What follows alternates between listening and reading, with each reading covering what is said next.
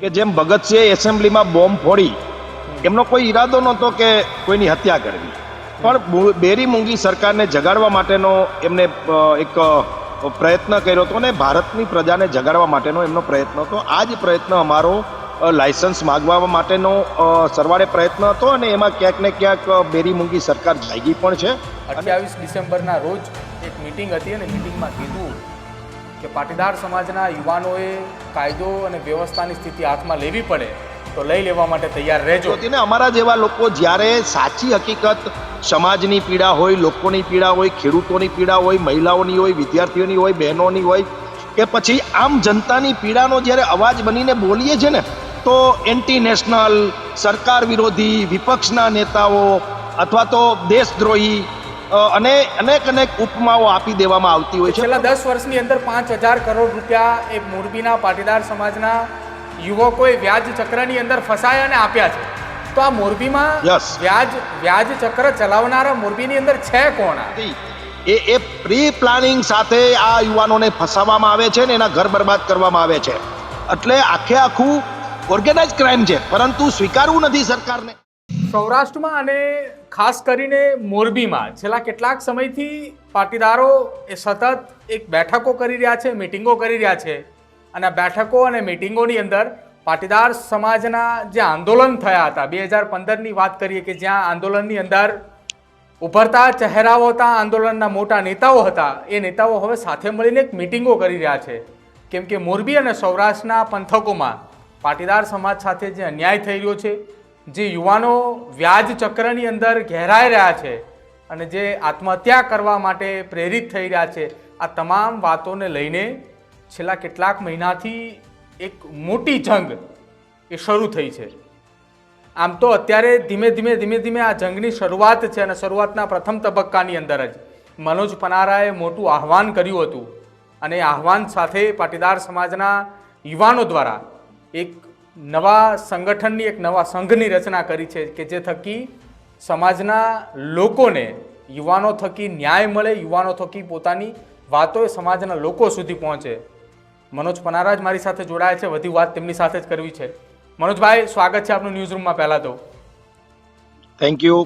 મનોજભાઈ, મને તારીખ યાદ છે, 28 નવેમ્બર 2024ની એ તારીખ હતી અને તારીખના દિવસે મોરબીમાં એક સાથે 200 કરતાં પણ વધારે પાટીદાર સમાજના યુવાનોએ એક ગન માટે લાયસન્સ માગ્યા હતા અને એ લાયસન્સ માગ્યા બાદ તમે, ગોપાલ ઇટાલિયા સહિતના પાટીદાર સમાજના આગેવાનો, યુવા આગેવાનો એ સૌરાષ્ટ્રની અંદર એક મિટિંગ કરી હતી અને ત્યારબાદ મોરબીમાં ફરી એકવાર બરોબર 1 મહિના બાદ 28 ડિસેમ્બરના રોજ એક મિટિંગ હતી અને મિટિંગમાં કીધું કે પાટીદાર સમાજના યુવાનોએ કાયદો અને વ્યવસ્થાની સ્થિતિ હાથમાં લેવી પડે તો લઈ લેવા માટે તૈયાર રહેજો. કેમ આવું કહેવું પડ્યું ખુલ્લા મંચ ઉપર? જે દિવસે અમે ગનનું લાયસન્સ માંગ્યું હતું ત્યારે જ અમે કીધું હતું કે આ એક પ્રતિક કાર્યક્રમ છે ને. તમારી સાથે પણ ન્યૂઝ રૂમમાં પણ મેં વાત કરી હતી કે જેમ ભગતસિંહે એસેમ્બલીમાં બોમ્બ ફોડી, એમનો કોઈ ઈરાદો નહોતો કે કોઈની હત્યા કરવી, પણ બેરી મૂંગી સરકારને જગાડવા માટેનો એમને એક પ્રયત્ન કર્યો હતો અને ભારતની પ્રજાને જગાડવા માટેનો એમનો પ્રયત્ન હતો. આ જ પ્રયત્ન અમારો લાયસન્સ માગવા માટેનો સરવાળે પ્રયત્ન હતો અને એમાં ક્યાંક ને ક્યાંક બેરી મૂંગી સરકાર જાગી પણ છે અને જનતા પણ જાગી છે. એટલે અમારો કાર્યક્રમ ત્યારે સફળ રહેલ હતો. બીજી વાત, જે રીતે તમે કીધું કે અમારી મિટિંગ જસદણની અંદર થઈ, તો ગોપાલભાઈ ઇટાલિયા નહીં પણ એ અમારી સાથે હતા, અલ્પેશભાઈ કથિરિયા, દિનેશભાઈ બાંભણિયા અને અમારા સાથે મિત્રો બધાની એક મિટિંગ હતી. અને ત્યાર પછી આજે 2 દિવસ પહેલા મોરબીમાં એક 8-10 હજાર પાટીદારો યુવાનોની એક બેઠક થઈ અને આ બેઠકની અંદર પણ જે વ્યાજ ચક્ર છે એમાં જે ફસાયેલા છે, મારી ફરીને ન્યૂઝ રૂમ દ્વારા વિનંતી છે, મેં આ જ વાત કદાચ રિપીટ કરીશ પણ મને માફ કરજો કે આ ક્લિપ તમે ગૃહમંત્રી સુધી પહોંચાડો. કારણ કે સત્તામાં બેઠેલા લોકો છે, એના અધિકારીઓ છે, એસીમાં અને જેને કહેવાય ને 5 સ્ટાર કલ્ચરમાં આખી સરકાર ચલાવતા હોય છે અને નિર્ણયો લેતા હોય છે. જમીની હકીકત શું છે, પ્રજાનું અંદરનું દુઃખ શું છે, એ અમને કદાચ ખબર નથી હોતી. ને અમારા જેવા લોકો જ્યારે સાચી હકીકત સમાજની પીડા હોય, લોકોની પીડા હોય, ખેડૂતોની પીડા હોય, મહિલાઓની હોય, વિદ્યાર્થીઓની હોય, બહેનોની હોય કે પછી આમ જનતાની પીડાનો જ્યારે અવાજ બનીને બોલીએ છે ને, તો એન્ટી નેશનલ, સરકાર વિરોધી વિપક્ષના નેતાઓ અથવા તો દેશદ્રોહી અને અનેક ઉપમાઓ આપી દેવામાં આવતી હોય છે, પણ વાસ્તવમાં અમે જમીનની હકીકતની વાત આ સરકારને અધિકારીઓને કરતા હોય છે, પણ એમને સ્વીકાર્ય નથી હોતી. વાસ્તવિકતા એ છે, હું તમને પ્રદીપભાઈ મોરબીની જ વાત કરું કે 10 વર્ષની અંદર ખાલી વ્યાજખોરીમાં, બાકી બધું ભૂલી જાઓ તમે, 10 વર્ષની અંદર વ્યાજખોરોએ પાટીદાર સમાજની, હું અન્ય સમાજની વાત પણ નથી કરતો, એનો તો બહુ મોટો આંકડો આવે, પણ પાટીદાર સમાજની આ વ્યાજખોરોએ 5,000 કરોડ, ફરીથી કહું છું 5,000 કરોડ રૂપિયાનું આ લોકો અમારા હડપી ગયા છે, અથવા તો જમીનો પચાવી લીધી છે, મકાનો પચાવી લીધા છે, પ્લોટ પચાવી લીધા છે, ફેક્ટરીઓ પચાવી લીધી છે, અને 5,000 કરોડ રૂપિયા આ વ્યાજખોરીમાં અમારા જતા રહ્યા છે છેલ્લા 10 વર્ષની અંદર. આના જો પ્રવાહ ચાલુ રહે તો 40% પાટીદારો ખેતી વગરના થઈ જાત, અનેક યુવાનો આત્મહત્યા કરે, અનેક ઘર બરબાદ થઈ જાત. એવા સમયે મનોજભાઈ એક મિનિટ, હું આપને રોકવા માંગુ છું. આપ જે વાત કરો છો એની સાથે સાથે મારે પણ જાણવું છે કે છેલ્લા 10 વર્ષની અંદર 5,000 કરોડ રૂપિયા એ મોરબીના પાટીદાર સમાજના યુવકોએ વ્યાજ ચક્રની અંદર ફસાયા અને આપ્યા છે, તો આ મોરબીમાં વ્યાજ ચક્ર ચલાવનારા મોરબીની અંદર છે કોણ? જો આમાં છે ને, વ્યાજ ચક્ર ચલાવનારા, અને હું ઘણીવાર કહું છું કે ગુંડાઓ, લુખ્ખાઓ, આવારા તત્વો, રોમિયો, આ કોઈ જ્ઞાતિના કે કોઈ ધર્મના હોતા જ નથી. એની અંદર પહેલા જ હું કહું છું કે એમાં શરૂઆત જે છે, રસ્તો બતાવનાર છે, અમારા બાળકોને બગાડનાર છે, એ પટેલોના છોકરા હતા. એ આજા ફસજા, પેલી તેતરવાળી વાર્તા અમે આંદોલનમાં કરતા કે એક તેતરને રેઢું મૂકેલે, બાકીના તેતરો આવે, એટલે ઓલો શિકારી પોતાનું પાડેલું તેતર છે એને સુરક્ષિત રાખે ને બાકીનાને પકડીને શાક કરીને ખાઈ જાય. એમ પાટીદાર છોકરાઓ જે ખોટા રસ્તે હતા, એના દ્વારા જ ક્યાંક ને ક્યાંક બીજા યુવાનોને ફસાવવામાં આવતા હતા, અને એ ફસાવીને એની પાસે લાખો કરોડો રૂપિયા આ વ્યાજખોરો ઉઘરાણી કરતા હતા. અને આ મોરબી જિલ્લાની પીડા નથી ભાઈ, આ સૌરાષ્ટ્રની પીડા નથી, આખા ગુજરાતની છે.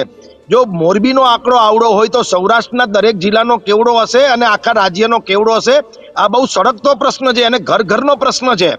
આવકો ટૂંકી થઈ, બેકારી થઈ, લોકોનું જીવન ધોરણ ઊંચું થયું. હું એવું નથી કહેતો કે આ વ્યાજખોરો એક જ જવાબદાર છે, આની પાછળ ઘણી બધી પરિસ્થિતિઓ જવાબદાર છે. એના કારણે લોકો મોંઘવારી, નોકરી ના હોય, બેરોજગારીના કારણે, ઘણા બધા વિષયોના કારણે પૈસા આવા લોકો પાસે લેવા ગયા, અને આ લોકોનું બહુ પ્રી પ્લાનિંગ છે. મારી વાત હજી ગૃહમંત્રી અને રાજ્ય સરકાર અને એના અધિકારીઓ સમજવા તૈયાર નથી. એ પ્રી પ્લાનિંગ સાથે આ યુવાનોને ફસાવવામાં આવે છે ને એના ઘર બરબાદ કરવામાં આવે છે. એટલે આખું ઓર્ગેનાઇઝ ક્રાઇમ છે, પરંતુ સ્વીકારવું નથી સરકારને કે આ ઓર્ગેનાઇઝ ક્રાઇમ છે. આખો પ્રી પ્લાનિંગ. હું આજનો જ દાખલો દઉં. સવારે 10 વાગે મારી પાસે એક યુવાન આવે છે, એના પિતાજીને લઈને, માત્ર 5 લાખ લીધા છે, 40 લાખ ચૂકવી દીધા છે. આમ છતાં પેલાના લગ્ન છે, એટલે એવો એને દબાવે છે કે સગાઈ તૂટી જશે, એના મેરેજ ફેલ થશે, એટલે 40 લાખની માંગણી કરે છે કે વ્યાજનું વ્યાજ, એની પેનલ્ટી, એમ કરીને 40 લાખ રૂપિયાની માંગણી કરે છે. આવા 2-3 લોકો છે. હવે 1 કરોડ ઉપરની આ રકમ થાય છે. એટલે કહેવાનો મારો મતલબ, આવા તો અનેક યુવાનો છે, પરંતુ હું તમારા માધ્યમથી કહેવા માંગુ છું કે પાટીદારો શરમ મૂકી અને બાકીના સમાજના પણ લોકો જે શરમના કારણે આ વ્યાજ ચક્રમાં ફસાયેલા છે અને પોલીસ સુધી જતા નથી, એને મારી વિનંતી છે કે તમે જાઓ પોલીસ સ્ટેશને.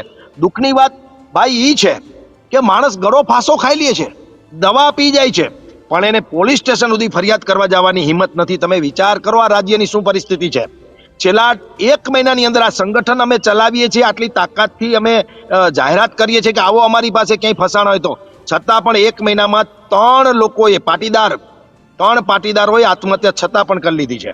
તમે વિચાર કરો આ પરિસ્થિતિ ક્યાં જઈને ઊભી છે. છેલ્લા 1 મહિનાની અંદર સંગઠન બનાવ્યું, આ નવું સંગઠન બનાવ્યું, ત્યારબાદ 3 લોકોએ આત્મહત્યા કરી. યસ. પાટીદાર સમાજના યુવાનો કેમ ખુલીને સામે નથી આવતા?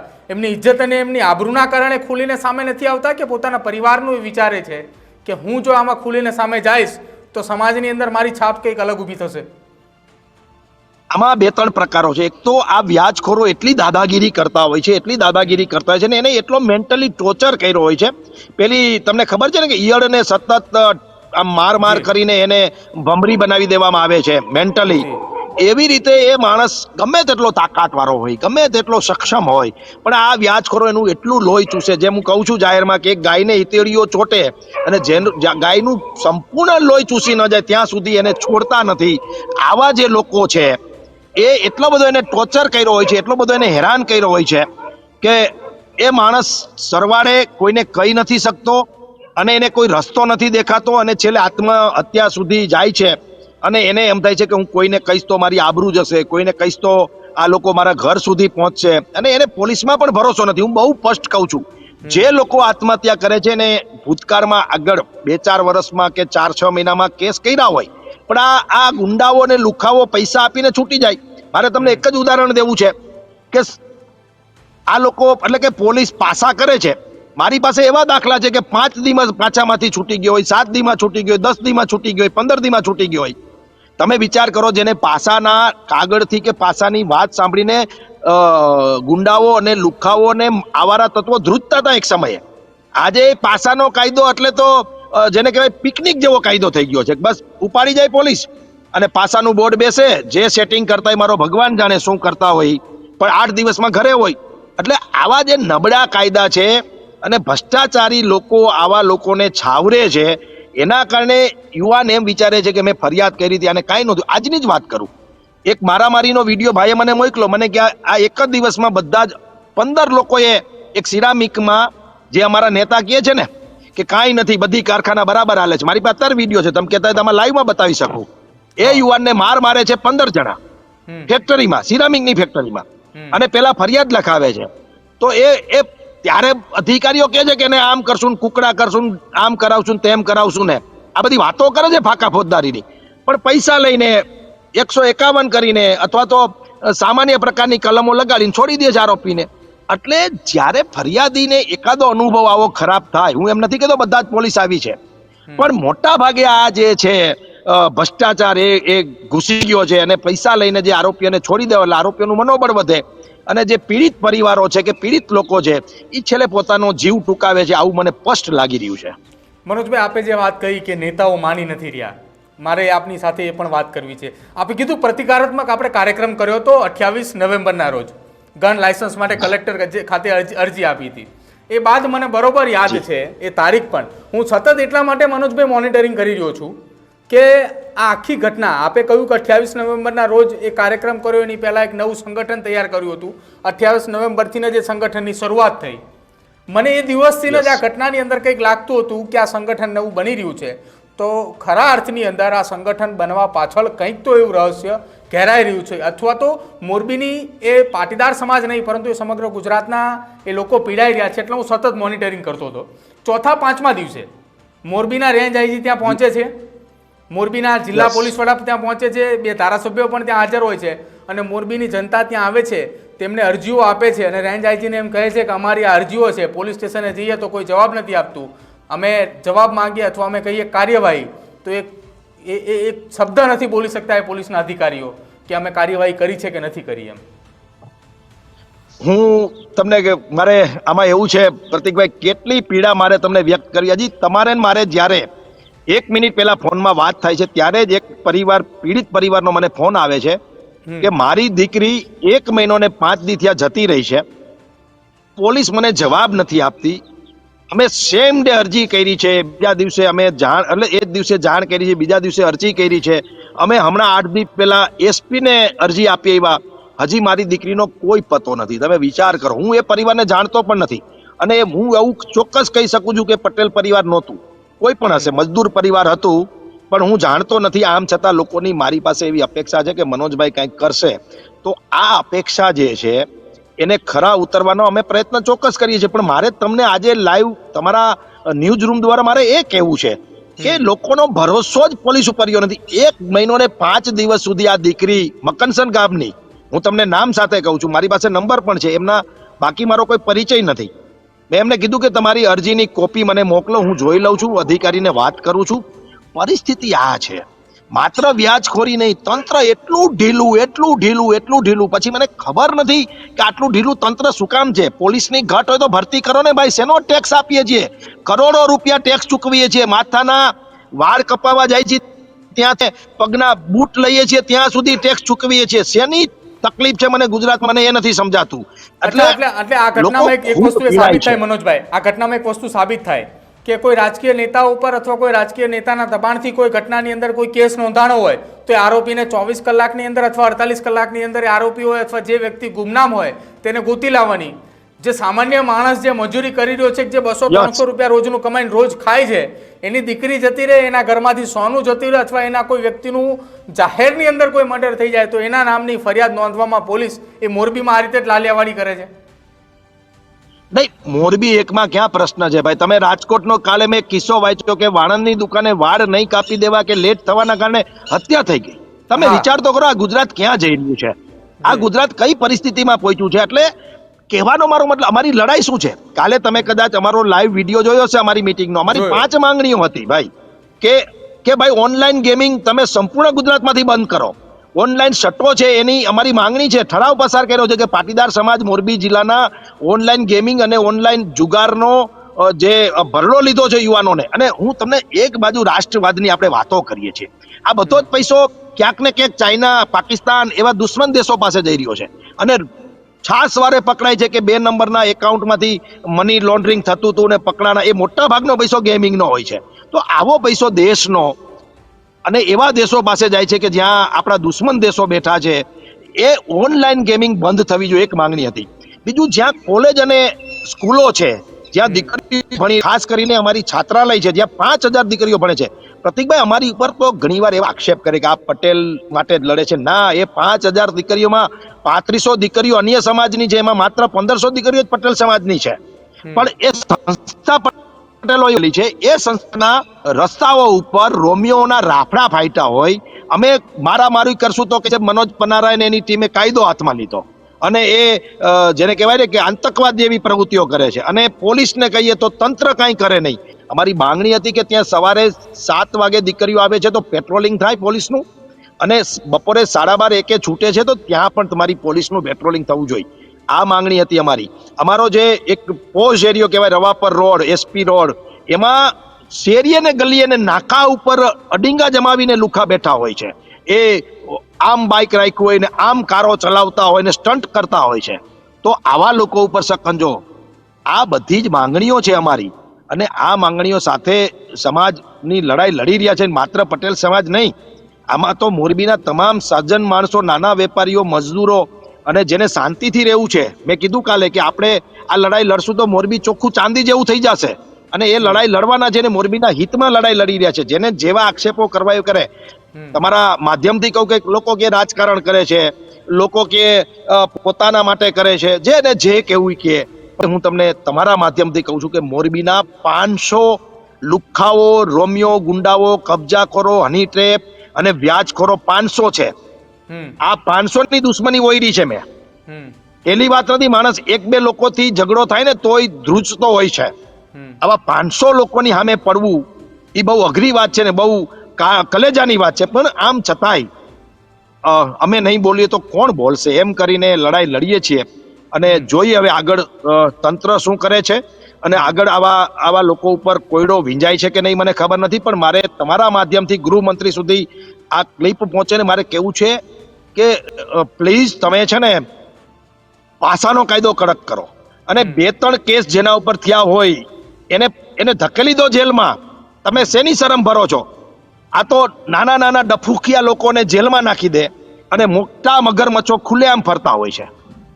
હું તમારા માધ્યમથી બીજી એક વાત કરું. મારી પાસે એક પટેલ પરિવાર આવ્યો, એમની 35 કરોડની જમીન 10 લાખમાં લુખાવો ખાઈ ગયા, અને VTVમાં એનું રિપોર્ટિંગ થયેલું છે.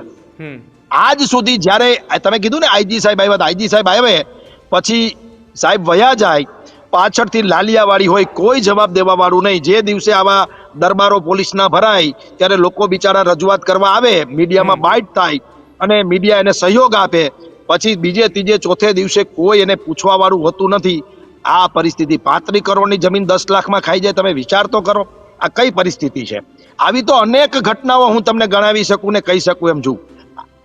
કહેવાનો છેલ્લો મતલબ મારો ઈ છે. આપણે મારે હું એક વાત આપને ઉમેરું છું છેલ્લા કેટલાક સમયથી આપણે વાત કરી રહ્યા હતા કે 1 મહિનાની અંદર જ્યારથી આ સંગઠન બન્યું ત્યારથી 3 લોકોએ આત્મહત્યા કરી. અત્યાર સુધીની મોરબીની જો વાત કરવામાં આવે છેલ્લા 10 વર્ષની અંદર તો 5,000 કરોડ રૂપિયાનું એ વ્યાજ ચક્રની અંદર મોરબીના પાટીદાર સમાજના યુવાનો આવી ચૂક્યા છે. તો ગઈકાલે જ અમદાવાદ ખાતે રબારી સમાજ કે જેમની એક આખી ગુજરાતભરમાંથી આગેવાનો આવ્યા હતા, તેમની ગુરુ ગાદીના મહંતો એકત્રિત થયા હતા, તેમણે પોતાનું બંધારણ બનાવેલું છે અને બંધારણ એ સમાજના હિત માટેનું છે. તો શું કે આગામી સમયની અંદર પાટીદાર સમાજ પણ આવું કંઈ વિચારશે કે બંધારણ બનાવીએ સમાજના હિત માટેનું બંધારણ, અને જે એ સમાજના હિતના બંધારણમાં રહેશે તેની માટે સમાજના આગેવાનો, એ પરિવાર માટે સમાજના આગેવાનો સતત તત્પર રહેશે ને તેની માટે મદદ માટે હંમેશા આગળ રહેશે. પાટીદાર સમાજના આગેવાનોની ઉપર મારે કોઈ ટીકા ટિપ્પણી કરવી નથી, પણ અત્યારે સિદ્ધસર ખાતે બહુ મોટો મહોત્સવ ચાલી રહ્યો છે. એમાં વ્યાજખોરીનો વી પણ બોલવા કોઈ તૈયાર નથી, ગુંડાગીરીનો ગ પણ બોલવા કોઈ તૈયાર નથી, રોમિયોગીરીનો આર પણ બોલવા કોઈ તૈયાર નથી, ને હની ટેપવાળાનો એ જ કોઈ બોલવા તૈયાર નથી. માત્ર ને માત્ર વાહવાહી વાહવાહી વાહવાહી, ફૂલહાર કરવા, મોટી મોટી વાતો કરવી અને મોટા મોટા ફંડ ઉઘરાવા, મોટા મોટા બિલ્ડિંગો બનાવવા. માત્ર જો પટેલ સમાજે 10 વર્ષની અંદર આ 5,000 કરોડ રૂપિયા બચાવી લીધા હોત ને તો પણ ગુજરાત નહીં દેશમાં ધારે એ જગ્યાએ ઉપર ધારે એવું બિલ્ડિંગ બને. પણ કમનસીબી છે અમારા આગેવાનોની આગળની દ્રષ્ટિ નથી કે સમાજને અત્યારે કઈ સમસ્યાઓ પજવી રહી છે. હજે ઈ 30-40 વર્ષ જૂની બધી વાર્તાઓ ને જૂની ફિલ્મો ચલાવે છે અને અમુકના તો ટાટિયા હજી હાલતા નથી, પ્રમુખ થઈને બેઠા છે, મૂકવું નથી અને પોતાની ગાદી હોય પરંપરાગત એવી રીતે ચલાવે છે. એને ચલાવવા દો, એની મુબારક છે, એની ટીકા ટિપ્પણીમાં લાંબુ કંઈ પડવું નથી. અને અમારા જેવા સક્ષમ યુવાનો એમને ગમે પણ નહીં કે જે સત્યને સત્ય કે ને સાચાને સાચું કે એ ખોટાને ખોટું કે એવા લોકો એને ગમે નહીં, એટલે એ એની રીતે એની મંડળીઓ બધી ચલાવતા હોય છે.